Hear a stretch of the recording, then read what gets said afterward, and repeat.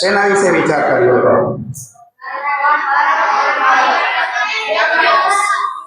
બરાબર.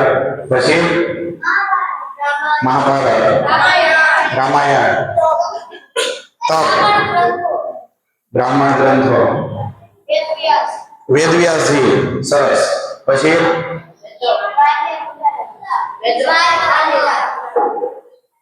પછી એક પ્રસંગ જોયો તો આપણે છેલ્લે. શું હતો એ?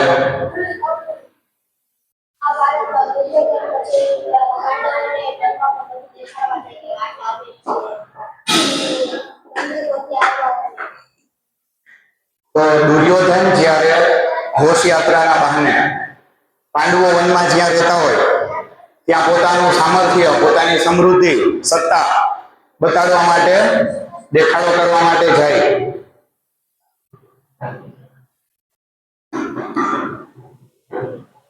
અને હાલો એ ત્યાં ઈરાદો એવો હોય કે બરાબર છે કે હું પાંડવોને દુખી કરું. કઈ રીતે?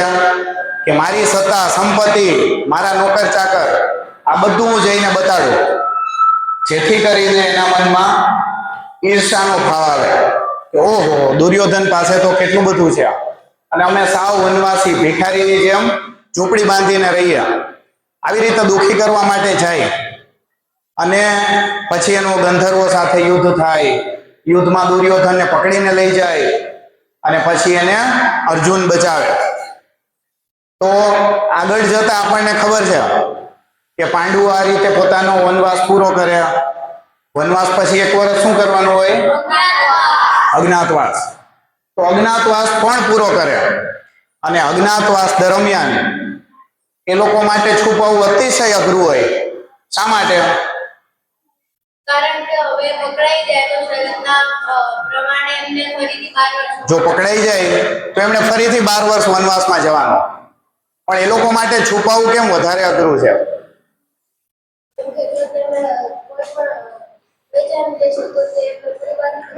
બરાબર છે. પણ એ લોકો માટે છુપાવવું કેમ અઘરું હતું?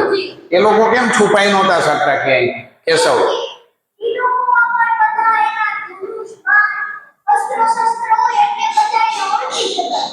બરાબર છે. એ લોકો પાસે બધા શસ્ત્રો હોય. તો પેલા તો એને શસ્ત્રો એક શમી વૃક્ષ ઉપર ચડાવી દીધા. અને અર્જુનને જે વરુણ દેવે દિવ્ય રથ આપેલો કે જ્યારે એનું સ્મરણ કરે, મંત્ર બોલે તો રથ પ્રગટ થઈ જાય. તો એ રથ તો ગમે ત્યારે અંતર ધ્યાન થઈ જાય. પણ જે શસ્ત્રો હતા એને બધાએ એક વસ્ત્રમાં બાંધી અને શમી વૃક્ષ ઉપર ચડાવી દીધા. ચલો, એ સિવાય શું હતું એ લોકોમાં એવું કે જેથી કરીને એ લોકો ગમે ત્યાં જાય ઓળખાઈ જતા?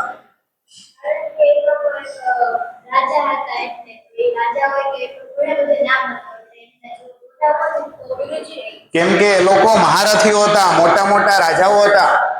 એ લોકો જેવા ધનુર્ધર, એ લોકો જેવા ગદાધારી આખા ભારત વર્ષમાં કોઈ નહોતા. આખું ભારત એમને ઓળખતું. તો એ લોકો, અને શરીરથી કેવા હતા એ લોકો? શુક્લકડી હતા. જે સામાન્ય 80 લોકો હોય 100 માંથી, એવા હતા નહીં. એ લોકોએ કસરત, વ્યાયામ, ધનુર્વિદ્યાનો અભ્યાસ આ કરી કરીને પોતાના શરીરને એવું તાકાતવાળું બનાવેલું. પછી ચલો, એ સિવાય સ્વભાવ.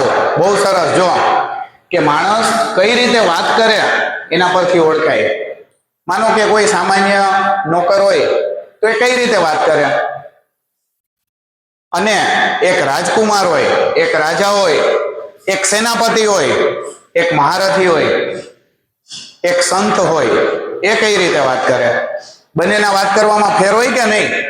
તો માણસ જ્યારે વાત કરે ત્યારે સામેવાળાને ખબર પડી જાય કે આ કોઈ સામાન્ય માણસ નથી, આ તો કોઈ મહારથી છે, આ કોઈ વિશિષ્ટ પુરુષ છે.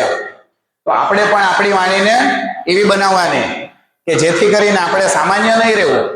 આપણી અંદર કોણ છે? ભગવાન છે. ભગવાન અસામાન્ય, અદ્વિતીય એવું ચૈતન્ય છે. તો આપણે પણ એના જેવા બનવું હોય તો આપણે સામાન્ય ભેડ બકરીની જેમ બે બે બે બે કરતા ફરીએ તો આપણે અસામાન્ય ના બની શકીએ. તો આપણે પણ આપણી વાણીને એવી તેજસ્વી બનાવવાની. પાંડવોની વાણી આવી તેજસ્વી હતી. જ્યારે પાંડવો ગંધર્વો સાથે યુદ્ધ કરવા જાય ને તો જઈને પેલા સમજાવે કે તમે અમારા ભાઈને છોડી દો. એટલે ગાંધર્વો એને કહે કે પણ એણે અમારો ગુનો કરેલો છે, એણે અમારા સૈનિકોને કારણ વગર ફટકાર્યા, હા અમારી સ્ત્રીઓ ઉપર હાથ ઉઠાવ્યો, તો અમે એને ના છોડ્યા. ત્યારે અર્જુન ફરીથી કહે કે બરાબર છે, એના વતી કે અમે માફી માંગી લઈએ, પણ એને અમારા ભાઈઓ છે એટલે એને છોડી દો, એક વખત એની ભૂલ થઈ ગઈ એવું માનીને. તો પણ ગાંધર્વો છોડવા માટે તૈયાર હોતા નથી. પછી અર્જુન તો કોણ હતો? ક્ષત્રિય હતો, મહારથી. એટલે અર્જુન પછી ગુસ્સામાં આવ્યા અને અર્જુન કે જો હું અમુક સમય સુધી મારા મોઢાથી બોલું. ક્યાંથી બોલું? મોઢાથી. અને તમે નહીં માનો તો હવે કોણ વાત કરવાની શરૂઆત કરશે? મારું ગાંડીવ. કોણ? ગાંડીવ. એટલે જે તેજસ્વી માણસ હોય એને કાકલુદી કરવી ના ગમે કે અમને આમ કરી દો, પ્લીઝ તમે મહેરબાની કરીને આવું નહીં કરતા, અમને આવું આપી દો, અમારા માટે આ કરી દો. એને એવી કાકલુદી કરવી, યાચના કરવી, માગણી કરવી એ ના ફાવે. એ તેજસ્વી હોય. જ્યારે શંકર ભગવાન સાથે અર્જુનનું યુદ્ધ થાય એ વાત આપણે બાકી છે કે પાંડવો જ્યારે વનમાં હોય અને તપ કરવા માટે અર્જુન જાય ત્યારે શંકર ભગવાન સાથે યુદ્ધ થાય. ત્યારે પણ અર્જુન એક ક્ષત્રિય તરીકે ન્યાયપ્રિય કે જે મારો હક છે એને હું જવા નહીં દઉં. ક્ષત્રિયોમાં શું હોય? ન્યાયપ્રિયતા. ન્યાયપ્રિયતા એટલે શું? કે જે મારા હકનું છે એ હું લઈને રહીશ, જે બીજાના હકનું છે એને હું સ્પર્શ પણ નહીં કરું, એ હું ક્યારેય નહીં લઉં. અને મારા ધ્યાનમાં જો કોઈ એવો દુઃખી માણસ આવે કે જેનો હક છીનવવા માટે બીજો કોઈ પ્રયત્ન કરે તો હું એને એનો હક અપાવીશ. આ કોનું કામ? ક્ષત્રિયનું કામ. તો જે રીતે બ્રાહ્મણ છે જ્ઞાન પ્રધાન હોય, એ લોકોમાં જ્ઞાન નિષ્ઠા હોય, બ્રહ્મનિષ્ઠા હોય, એ રીતે ક્ષત્રિયોમાં ન્યાયપ્રિયતા હોય. ક્ષત્રિયોનો ગુણ શું છે? ન્યાયપ્રિયતા. તો અર્જુનમાં આવી ન્યાયપ્રિયતા હતી. તો એ લોકોની વાણી એટલી તેજસ્વી કે એ લોકો ગમે ત્યાં જાય, કદાચ ના કહે કે હું આવો છું તો પણ લોકો એને ઓળખી જાય. તો એ લોકો માટે છુપાવવું બહુ જ અઘરું હતું. છતાં પણ એ લોકો કોઈક ને કોઈક રીતે જેમ તેમ કરીને એક વર્ષ છુપાઈને રહ્યા.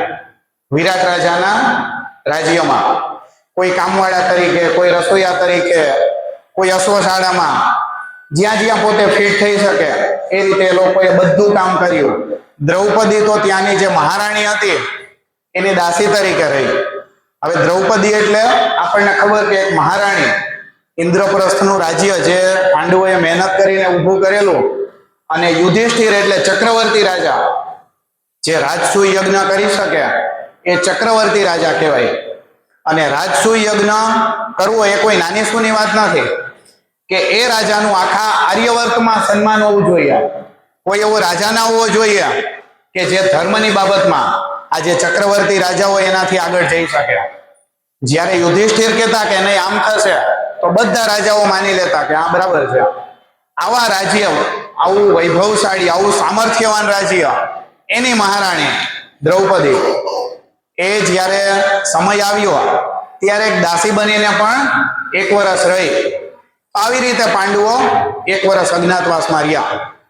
અને જેવો અજ્ઞાતવાસ પૂરો થયો એટલે એ લોકોએ પોતાના રાજ્યની માગણી કરી કે જો આપણી શરત પ્રમાણે અમે એક વર્ષ પૂરું કરી લીધું, હવે તમારે અમારું રાજ્ય અમને પાછું આપી દેવું જોઈએ.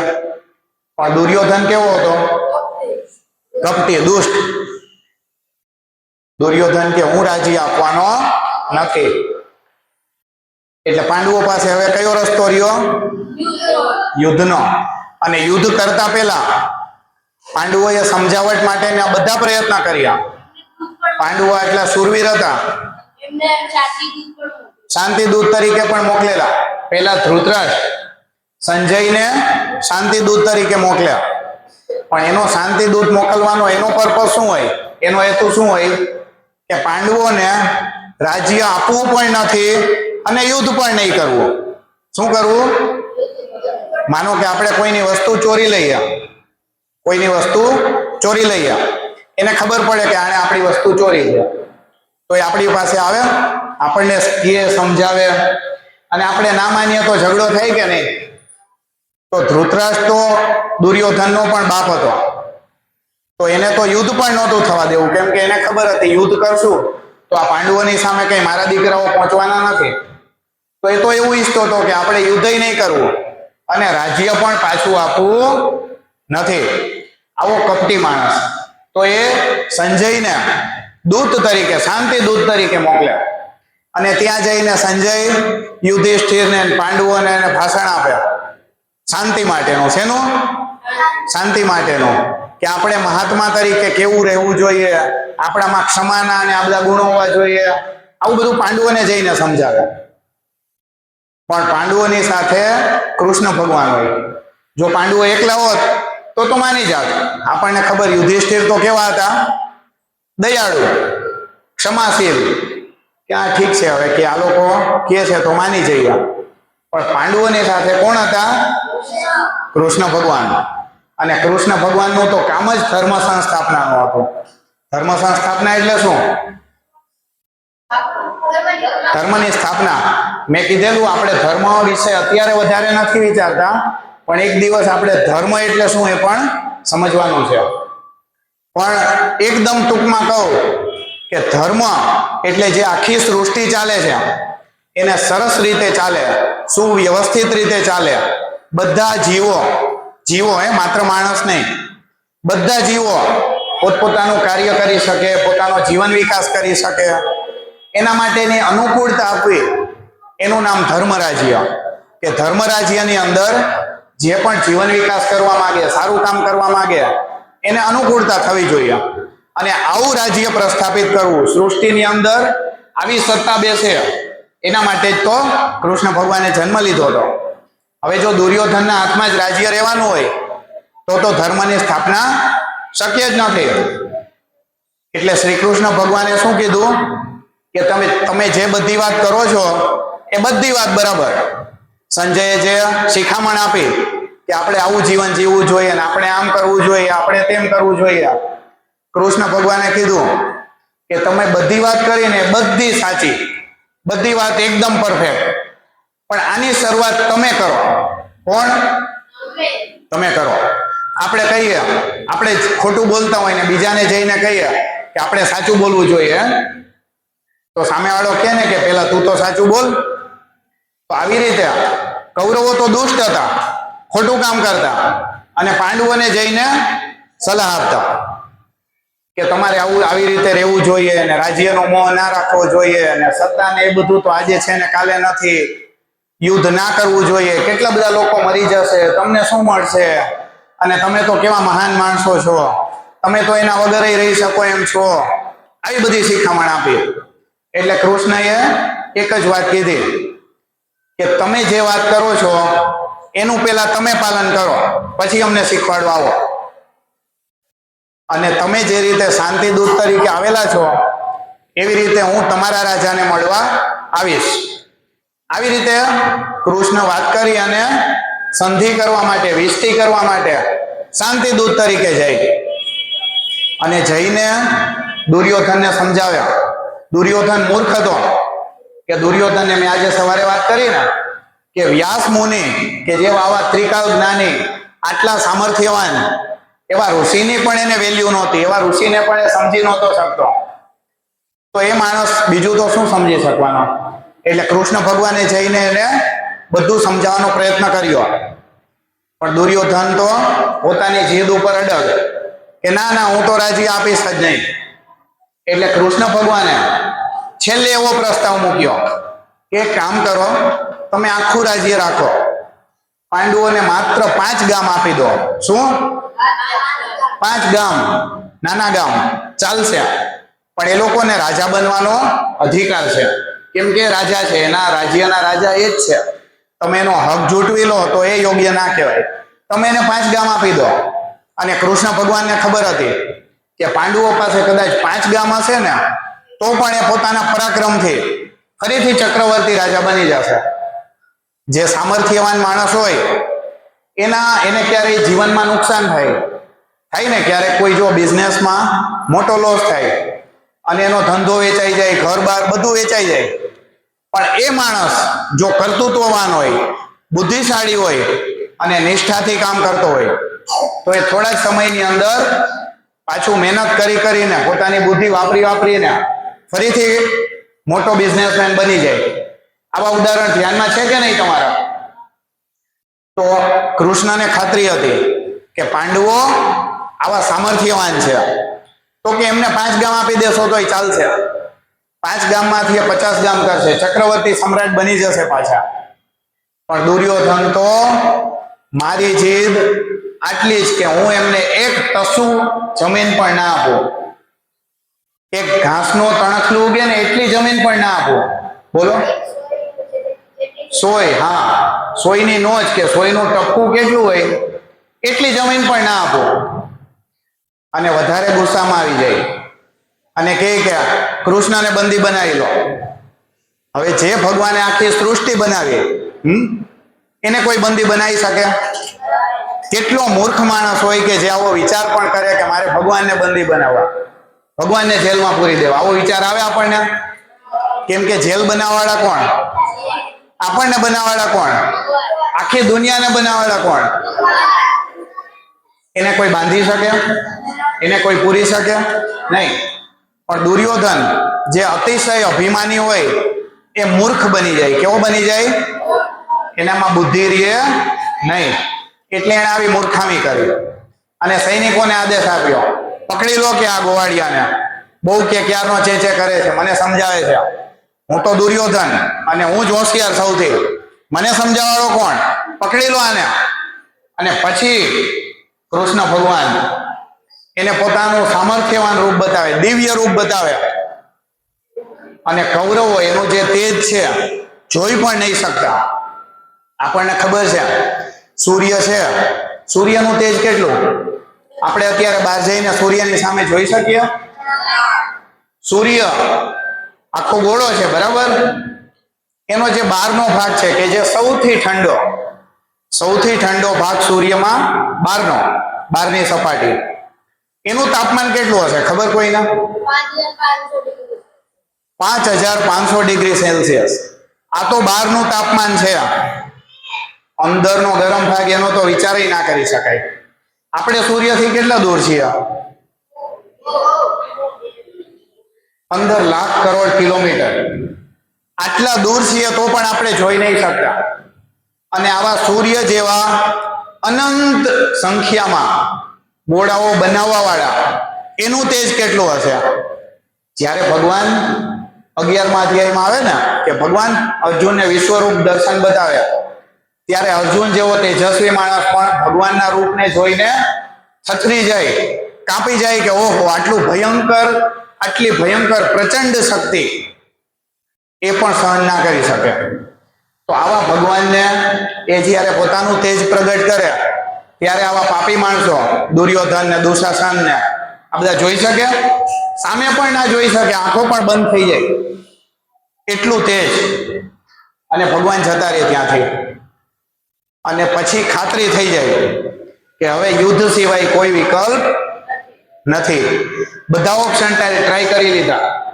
તમે પણ જો ક્યારેય કોઈ સાથે ઝઘડો થાય તો સીધા મારવા માંડો? મારો? તમારો ઝઘડો થતો હશે ને મિત્ર સાથે, તો શું એની સાથે સીધા ઝપાઝપી અને ઝઘડો કરો? મારામારી ના કરો ને. કોઈ પણ સારો માણસ સીધો ઝઘડો ના કરે. શું કરે? પેલા એને વાત કરે, સમજાવે, આ બધું કરીને છેલ્લે એને લાગે કે કઈ નહીં થાય તો પણ 1-2 વખત ધમકી આપે. શું કરે? મારતા પહેલા ચેતવણી આપે. ધમકી કરતા સારો શબ્દ શું છે?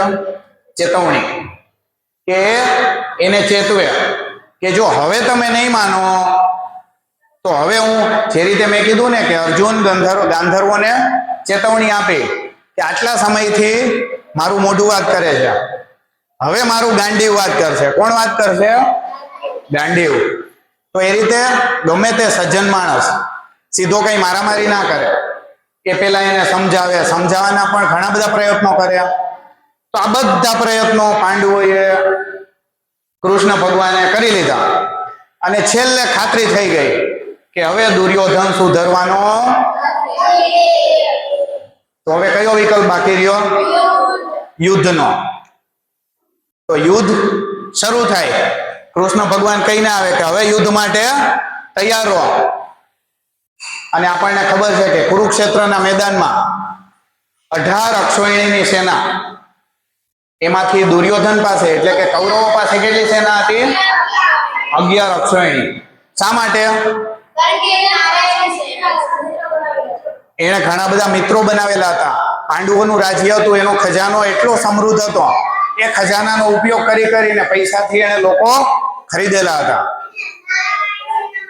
નારાયણ સેના. ભગવાન જ્યારે સૂતા હતા તો ભગવાન પાસે અર્જુન અને દુર્યોધન બેવ માગવા જાય, મદદ માગવા. યુદ્ધ કરવાનું હોય તો બધા જઈને મદદ માગે ને બીજાને. તો અર્જુન તો એટલો નમ્રતાથી ભરેલો હતો, તો ભગવાન જ્યારે સૂતા હતા તો એ જઈને ભગવાનના પગ પાસે બેસી જાય. ક્યાં બેસે? પગ પાસે. આપણે પણ જ્યારે કોઈ મહાપુરુષ હોય, આપણા વડીલો હોય, આપણાથી મોટા માણસ હોય, આપણા શિક્ષકો હોય, આપણા સુહૃદ એટલે કે આપણું સારું ઈચ્છવા વાળા લોકો હોય, એવા લોકો પાસે આપણે ઘમંડ ના કરીએ. આપણે જઈએ તો એને પગે લાગીએ ને. તમે તમારા મમ્મી પપ્પાને રોજ પગે લાગો છો કે નહીં? બધા લાગો છો? સરસ. તો નમ્ર માણસ, સમજદાર માણસ એને જ કહેવાય કે જે મોટાઓનો આદર કરે. અને અર્જુનને ખબર હતી કે કૃષ્ણ છે એ મારા કરતા મોટા છે. એ વખતે એને નહોતી ખબર કે આ તો ભગવાનનો અવતાર છે, પણ છતાં એટલી તો ખબર જ હતી કે મારા કરતા મહાન છે. ભલે હું શ્રેષ્ઠ ધનુર્ધર કહેવાઉં, છતાં પણ આમની સામે હું કઈ નથી. તો એ જઈને ભગવાનના પગ પાસે બેસી જાય. દુર્યોધન આવે, અને દુર્યોધન તો કેવો ઘમંડી, મારાથી મોટો કોઈ નહીં, મારાથી શક્તિશાળી કોઈ નહીં. તો એ તો જઈને ભગવાનના માથા પાસે, આમ સૂતા હોય કૃષ્ણ ભગવાન, તો અર્જુન અહીંયા બેસે અને દુર્યોધન અહીંયા માથું હોય તો ત્યાં બેસી જાય માથા પાસે.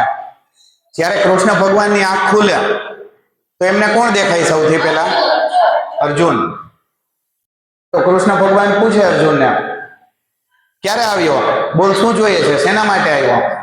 ત્યાં દુર્યોધન ઉભો થાય. અરે, એની પહેલા તો હું આવેલો છું, મને પૂછો પહેલા.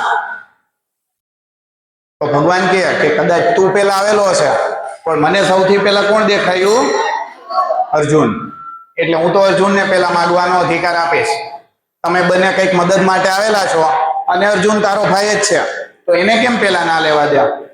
પણ દુર્યોધનને તો આવી તકરાર કરવાની આદત, ગમે તે વાતમાં ઝઘડો કરે. ઘણા હોય ને છોકરાઓ, તમે જોયા, તમારી સાથે પણ એવા હશે કે જે નાની વાતમાં કઈ વાત એમ લાગે કે સાવ ક્ષુલ્લક, સાવ નાની વાત, પણ એમાં પણ એટલો મોટો ઝઘડો કરે, સમજે જ નહીં કોઈનું. હોય ને આવા?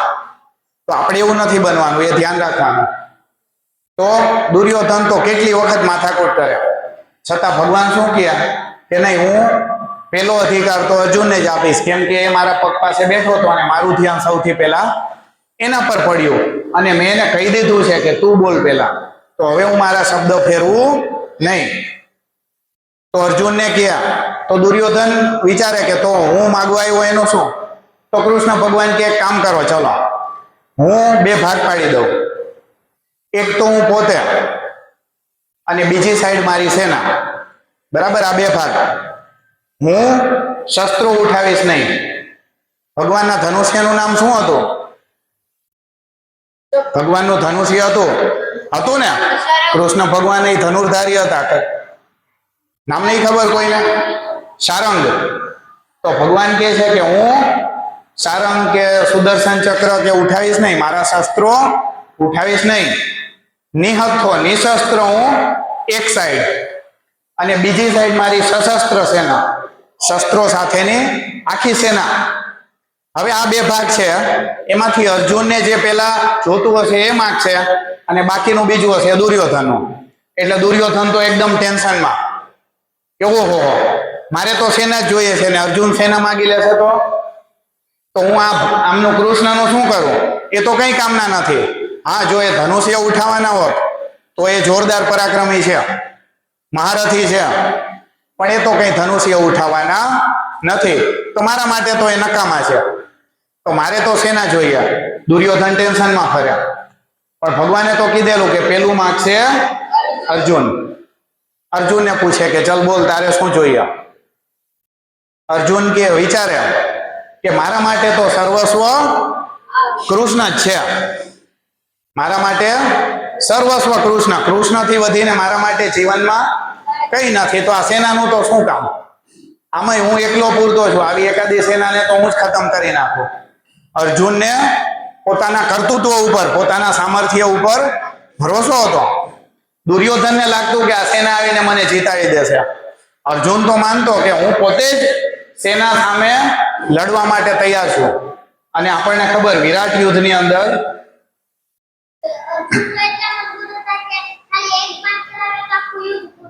અર્જુન પાસે તો એવા દિવ્યાસ્ત્રો હતા કે એક જ ધનુષ્યથી એ બધી આખી સેનાને પૂરી કરી દીધા.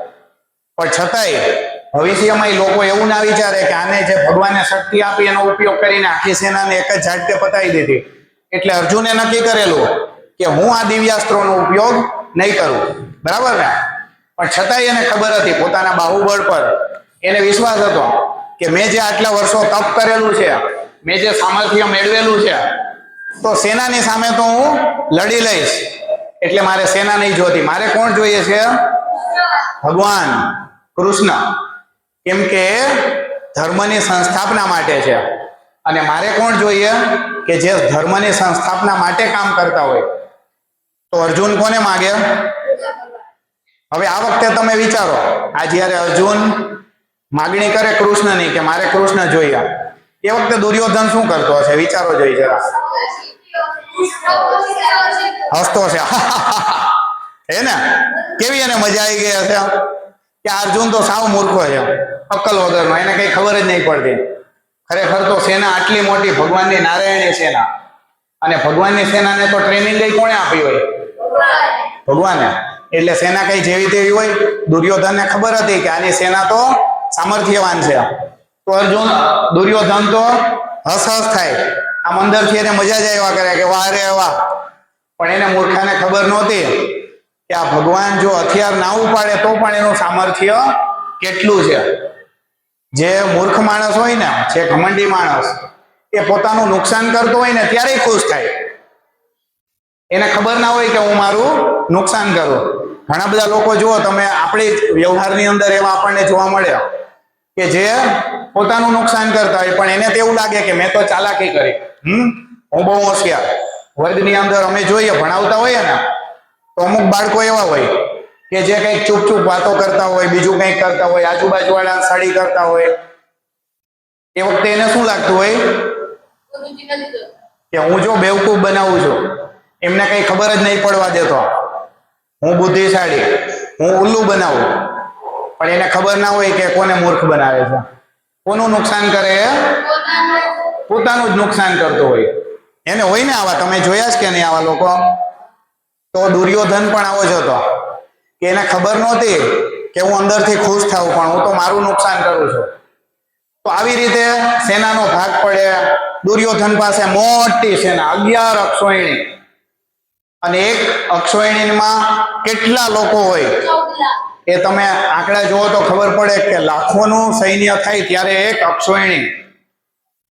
અને આવી 11 અક્ષોહિણીની સેના દુર્યોધન પાસે ભેગી થાય. અને પાંડવો તો બિચારા વનમાં આટલા વર્ષોથી રખડતા હોય, અને એક વર્ષ તો કોઈ સાથે વાત પણ ના કરી શકે, કોઈને કહી ના શકે કે હું યુધિષ્ઠિર છું કે હું અર્જુન છું. એવી રીતે એક વર્ષ વિતાવે. તો એ તો ક્યાંથી એની સેના ભેગી કરે? ભેગી કરી શકે? છતાં પણ અમુક લોકો હતા કે જે પાંડવોની વેલ્યુ સમજતા. એ લોકોને ખબર હતી કે પાંડવો કેટલા સારા લોકો છે. તો એવા લોકોને સમજાવવા ના પડે, જાતે જ આવ્યા. હવે દુર્યોધન પાસે નારાયણી સેના જતી રહી, તો પછી જે હસ્તિનાપુરની સેના એ કેમ પાસે જાય? એ તો એની પાસે જ રહે ને, કેમ કે હસ્તિનાપુરનું ઇન્દ્રપ્રસ્થનું બે રાજ્ય કોણે પચાવી પાડેલું? દુર્યોધને. તો એ સેના તો હતી જ, પણ એની સાથે બીજા જે એના સહયોગી રાજા હોય ને, એની સેના પણ આવી જાય. જેમ કે માનો કે જયદ્રથ હતો, બરાબર? તો એક રાજા હતો, તો એ દુર્યોધન સાથે આવે તો એકલો થોડો આવે, એની સેનાને લઈને આવે. તો આવી અનેક રાજાઓની સેના દુર્યોધનની સેનામાં ભળી ગઈ. આખી સેના કોની બની ગઈ? કૌરવોની. તો આ રીતે એની સેના હતી 11 અક્ષોહિણી. અને પાંડવો તો બિચારા, મેં કીધું એમ, વનમાં ભટકીને અને અજ્ઞાતવાસમાં થઈને આવેલા. તો છતાં પણ જે એની વેલ્યુ સમજતા હતા, એવા લોકોએ સામેથી આવીને પોતાની સેના એમને આપી. સાત અક્ષોહિણી. તો તમે પણ જુઓ જીવનમાં તમને પણ આવા અનુભવ થશે કે ક્યારેક તમે મુશ્કેલીમાં હશો અને અમુક લોકો એવા હશે કે જે તમે નહીં બોલાવો ને છતાં પણ તમને મદદ કરવા આવશે. જો આપણે યોગ્ય કામ કરતા હોય તો, જો આપણે સારા કામ કરતા હોય તો એને ભગવાન મોકલે. કોણ મોકલે? ભગવાન. જો આપણે સારા કામ કર્યા કરીએ તો આપણી મદદ માટે હંમેશા ભગવાન એવા લોકોને મોકલતા રહ્યા. તો પાંડવો પણ પોતે વધારે કરી નહોતા શક્યા કેમ કે એ લોકો વનમાં અને અજ્ઞાતવાસમાં હતા. છતાં પણ જે સમજદાર લોકો હોય એ તમે એને નાખ્યો તોય સમજી જાય અને એ સામેથી પાંડવોની મદદ કરવા આવેલા અને અમુક રાજાઓનો સંપર્ક કરીને પણ એ લોકોને બોલાવેલા. તો આ રીતે પાંડવો પાસે 7 અક્ષોહિણીની સેના ભેગી થઈ. યુદ્ધ ચાલુ થવાનો સમય આવી ગયો. એક સાઈડથી પાંડવોની સેના, એક સાઈડે કૌરવોની સેના. અને એ વખતે અર્જુન કેવો હતો? અર્જુનનું નામ છે અર્જુન. એનો અર્થ શું થાય ખબર કોઈને? અર્જુન શબ્દનો અર્થ શું? જે રુજુ સ્વભાવનો છે એવો અર્જુન. અર્જુનનો અર્થ જ થાય કે જે રુજુ સ્વભાવનો છે, સરળ સ્વભાવનો છે. તો એના માટે તો ગુરુ દ્રોણ, ભીષ્મ પિતામહ, કૃપાચાર્ય આ બધા પૂજનીય માણસો હતા. એવો ઘમંડી નહોતો કે આ તો બધા બુઢા લોકો છે, આની કોઈ વેલ્યુ નથી, એવો નહોતો. એ ભીષ્મ પિતામહની, દ્રોણાચાર્યની સેવા કરતો, એનું સન્માન કરતો. તો જ્યારે રણમાં યુદ્ધ ચાલુ થવાનું હોય એ ટાઈમે અર્જુનના મનમાં સંદેહ આવે. શું આવે? સંદેહ એટલે શું?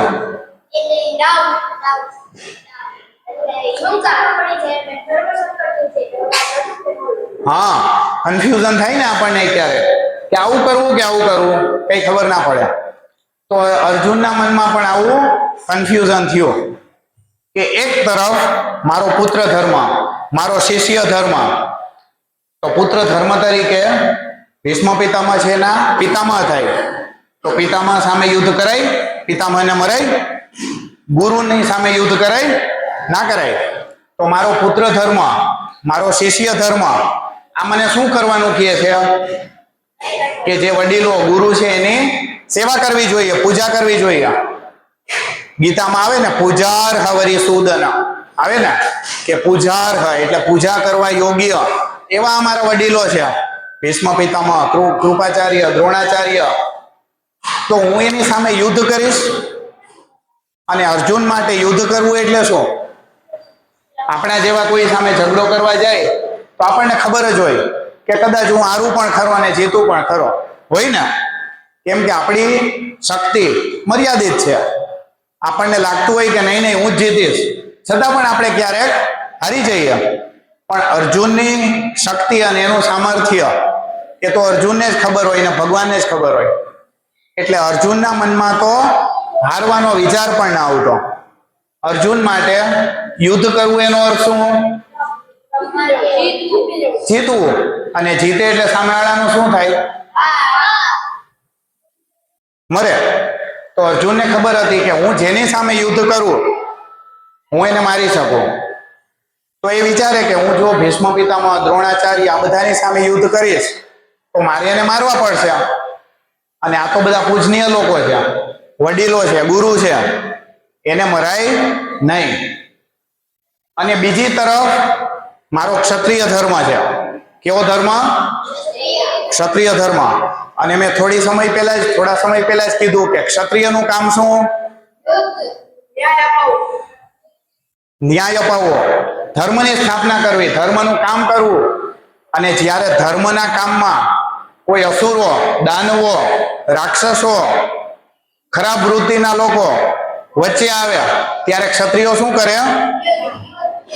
હથિયાર ઉઠાવે ને. તો એક તરફ એનો પુત્ર ધર્મ, શિષ્ય ધર્મ હતો, વ્યક્તિગત ધર્મ. બીજી બાજુ એનો એક ક્ષત્રિય તરીકેનો ધર્મ હતો. ધર્મ એટલે કર્તવ્ય, એની ફરજ. કે ક્ષત્રિય તરીકે એની ફરજ શું હતી? કે ધર્મ રાજ્યની સ્થાપના કરવી, અને એને ખબર હતી કે જો હું દુર્યોધનને હરાવીશ તો જ હું પૃથ્વી ઉપર ધર્મ રાજ્યની સ્થાપના કરી શકીશ. તો યુદ્ધ તો કરવું જ પડે. છતાં પણ એના ગુરુ પિતામહ આ બધાને જોઈને અર્જુન શિથિલ થઈ જાય, કન્ફ્યુઝનમાં આવી જાય અને ભગવાનને જઈને કહે કે યુદ્ધ થશે નહીં, મારાથી લડાશે નહીં. શા માટે? કેમ કે આ તો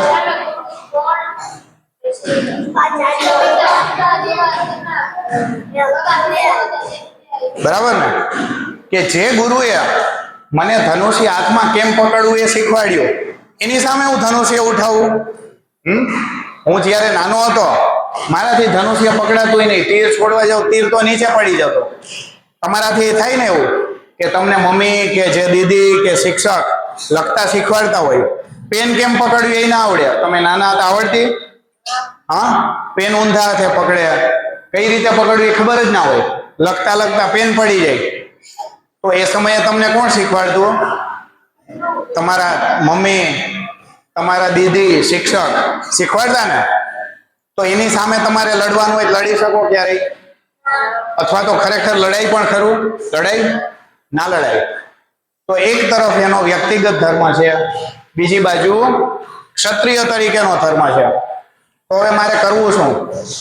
તો વિચારે કે મારે યુદ્ધ નથી કરવું. ત્યારે કૃષ્ણ એને સમજાવે છે કે ધર્મ ખરેખર શું છે. શું સમજાવે? ધર્મ ખરેખર શું છે. અત્યારે પણ જો આપણા લોકોના મનમાં શું છે? ધર્મ એટલે માળા કરવી, ધર્મ એટલે ભગવાનની પૂજા કરવી. આપણને શું લાગે? ચલો તમે કહો, ધર્મ એટલે શું? ધર્મ એટલે શું? કોણ કે છે? ધારણ કરવું, એ તો એની વ્યાખ્યા થઈ. ચલો,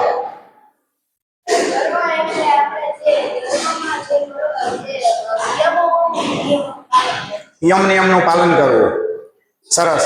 તમને ઘણું બધું શીખવીને મોકલેલા છે, એટલે મને એવું લાગે કે વધારે કહેવાની જરૂર જ નથી, તમારામાંથી જ બધું આવે છે. તો ધર્મ એટલે જે સૃષ્ટિનું ચક્ર છે, કેટલા બધા સજીવો પોતાની રીતે મહેનત કરી અને જીવનમાં આગળ વધવાનો પ્રયત્ન કરે, તો એને અનુરૂપ વ્યવસ્થા બનાવવી એટલે ધર્મ. અને એક તરફ એનો ક્ષત્રિય ધર્મ, એક તરફ વ્યક્તિગત ધર્મ. તો અર્જુન કન્ફ્યુઝ થઈ જાય. એ સમયે ભગવાન એને સમજાવે કે અમુક પરિસ્થિતિમાં હિંસા કરવી એ પણ ધર્મ છે. શું? આપણે કહીએ ને, નહીં તો અહિંસા પરમો ધર્મ, આવું બોલતા હોય ને અમુક.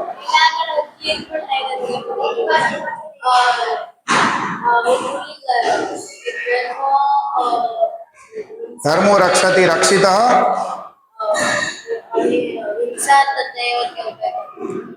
તો કહેવાનું એ કે અમુક પરિસ્થિતિમાં હિંસા કરવી એ પણ આપણો ધર્મ બની જાય.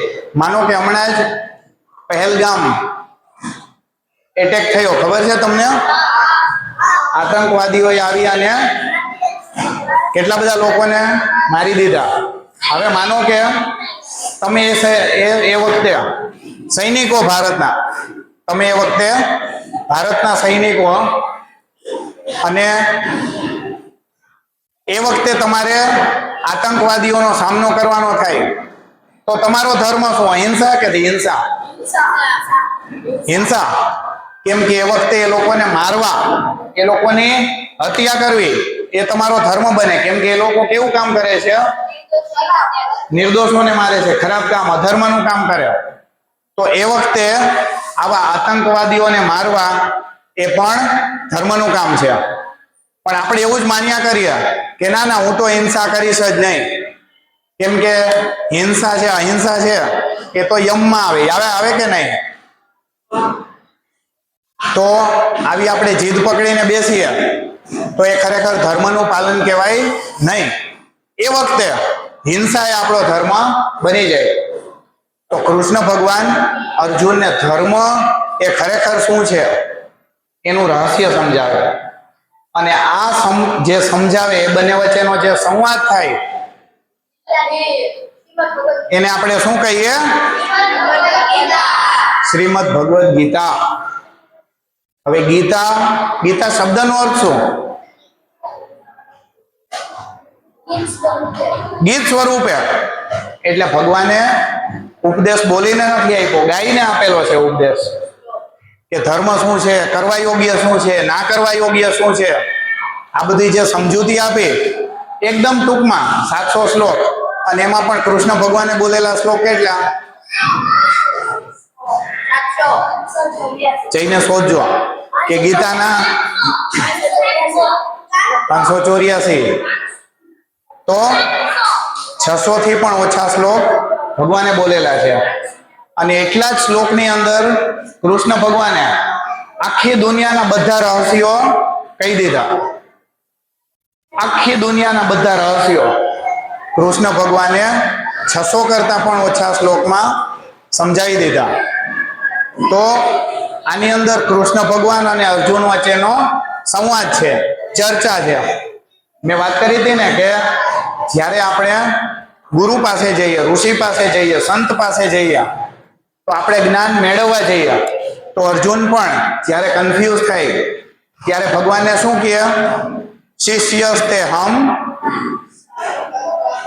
સાધિ માનત્વામ પ્રપન્નમ, કે હું તમારો શિષ્ય છું, મને તમે કયો, મારી મતિ ભ્રમિત થઈ ગઈ છે, મને શું કરવું જોઈએ ને શું ના કરવું જોઈએ આની સમજ પડતી નથી.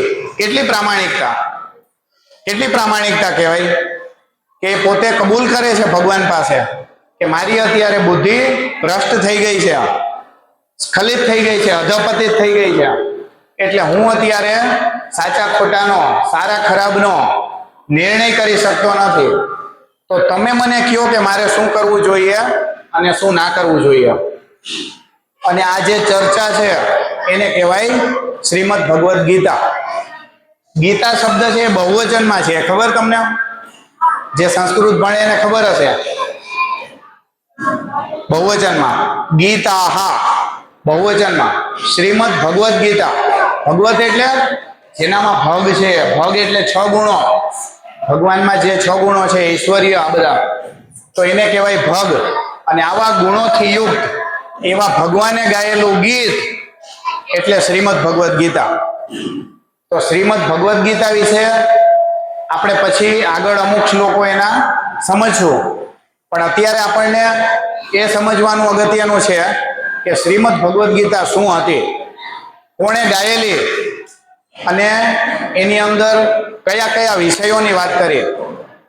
આપણા જીવનમાં પણ એવા પ્રસંગો આવે કે જ્યારે આપણે જીવનમાં નિરાશ થઈ જઈએ, ઉદાસ થઈ જઈએ, આપણી બુદ્ધિ ભ્રષ્ટ થઈ જાય, સ્ખલિત થઈ જાય, ક્યારેક આપણે ગુસ્સામાં આવી જઈએ, ક્યારેક આપણે એકદમ નિરાશ થઈ જઈએ, તો એ વખતે આપણી બુદ્ધિ સાચા ખોટાનો નિર્ણય કરી શકે નહીં. તો એ વખતે આપણે શું કરવું એનું માર્ગદર્શન આપણને શેમાંથી મળે? શ્રીમદ ભગવદ ગીતા. અને આ સિવાય જે આપણે શાસ્ત્રો 2 દિવસથી વાત કરીએ ને, આ બધા ગ્રંથોમાંથી આપણને આવી પરિસ્થિતિમાં, વિપરીત પરિસ્થિતિમાં આપણે શું કરવું જોઈએ અને શું ના કરવું જોઈએ આની સમજ મળે. તો આપણે 3 દિવસમાં શાસ્ત્રોનો થોડો પરિચય મેળવ્યો. મેં એને કઈ ઉપમા આપી હતી? આચમન લેવાનો. શું કીધું તું, યાદ છે? કે આપણે માત્ર થોડું આચમન લઈ શકીએ, કેમ કે શાસ્ત્રો તો અગાધ છે, અસંખ્ય શબ્દોથી ભરેલા છે. આપણે બધા શાસ્ત્રોનું તો અધ્યયન પણ ના કરી શકે, છતાં પણ શાસ્ત્રો શું છે અને શાસ્ત્રોની આપણા જીવનમાં શું જરૂર, એનું શું મહત્વ, આ જો આપણે સમજી લઈએ તો આમાંના 2, 5, 10 શાસ્ત્રોનો આપણે અભ્યાસ કરી શકીએ. તમારે બધાએ મોટા થઈને શાસ્ત્રોનો અભ્યાસ કરવો છે કે નહીં? અત્યારે તો તમે ગીતાના શ્લોકોનું કંઠસ્થીકરણ કરો છો, પણ મોટા થશો તો માત્ર પોપટની જેમ આપણે ગોખીને બોલી જઈએ એટલા પૂરતો એનો અર્થ નથી. તો આપણે એના એક એક શ્લોકનો અર્થ સમજવાનો છે. સમજવો છે કે નહીં? આપણી જે ઓપરેટિંગ સિસ્ટમ છે, આપણી ઓપરેટિંગ સિસ્ટમ એટલે શું? મગજ, આપણી બુદ્ધિ, મગજ નહીં પણ મગજમાં રહેલી બુદ્ધિ. જે રીતે કોમ્પ્યુટરમાં હોય ને હાર્ડવેર ને સોફ્ટવેર હોય, એમાં આપણું હાર્ડવેર છે, શરીર છે, આપણું મગજ, દિમાગ એ આપણું હાર્ડવેર છે. પણ એની અંદર આપણી ઓપરેટિંગ સિસ્ટમ એ કઈ? બુદ્ધિ, મન, ચિત્ત. બરાબર છે. મન, બુદ્ધિ, ચિત્ત, અહંકાર, આને કહેવાય ઇન્દ્રિયો, આપણા વિચારો. આ બધાને ભેગા મળીને એક શબ્દ આપવો હોય તો શું અપાય? મન, બુદ્ધિ, ચિત્ત, અહંકાર. આ બધાને એક શબ્દમાં ભેગા કરવો હોય તો એને કહેવાય અંતઃકરણ. શું કહેવાય? અંતઃકરણ.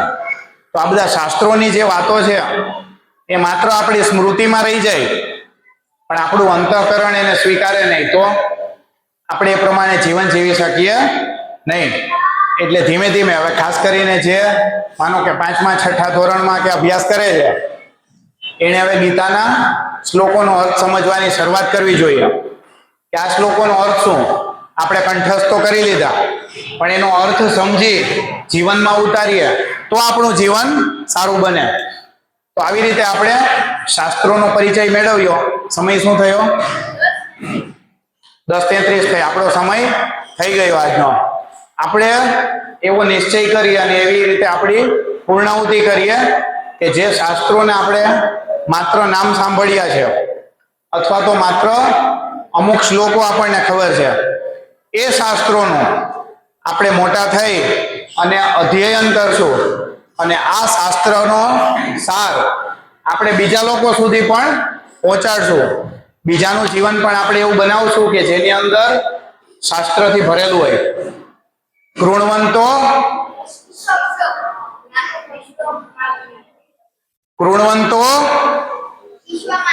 વિશ્વમાર્યમ. કૃણવંતો વિશ્વમાર્યમ. આપણે આખી દુનિયાને, આખી સૃષ્ટિને કેવી બનાવી છે? શ્રેષ્ઠ બનાવી છે. અને જો દુનિયાને શ્રેષ્ઠ બનાવી હશે તો એનું માર્ગદર્શન આપણને ક્યાંથી મળવાનું છે? શાસ્ત્રોમાંથી. ગીતા, ઉપનિષદ, વેદ, રામાયણ, મહાભારત, ભાગવતમ, આ બધા શાસ્ત્રોમાંથી આપણને માર્ગદર્શન મળશે. તો મારો હેતુ 3 દિવસનો એટલો હતો કે આ ગ્રંથો વિશે આપણને ખબર પડે અને આપણને એનું અધ્યયન કરવાની ઈચ્છા ઊભી થાય કે આપણે મોટા થઈને એનો અર્થ સમજીએ. સરસ. ચલો હવે આપણે આગળનો કાર્યક્રમ કરીએ.